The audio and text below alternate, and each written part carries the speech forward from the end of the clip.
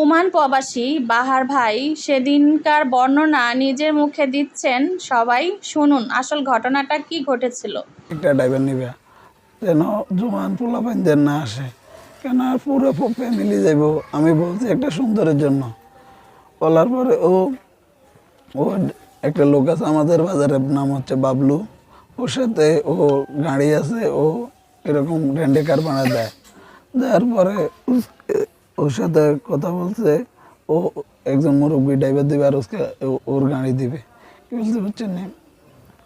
তারপর বাপের সাথে প্রতিদিন বলতাম, আমি ভালো ওর কথা আগে জিজ্ঞেস না বলতাম, মুরব্বী ড্রাইভার ঠিক আছে নি ড্রাইভার, এরকম তারা বলতাম। তো সে বলছে ওকে ঠিক আছে। যেদিন সে এদেরকে পাঠাইবো ঢাকা আমার রিসিভ করার জন্য, ওই দিন আমি এয়ারপোর্ট চলে আসি। ওমান টাইম সকাল 5টা বাজে আমরা ওখান থেকে বাড়িছি।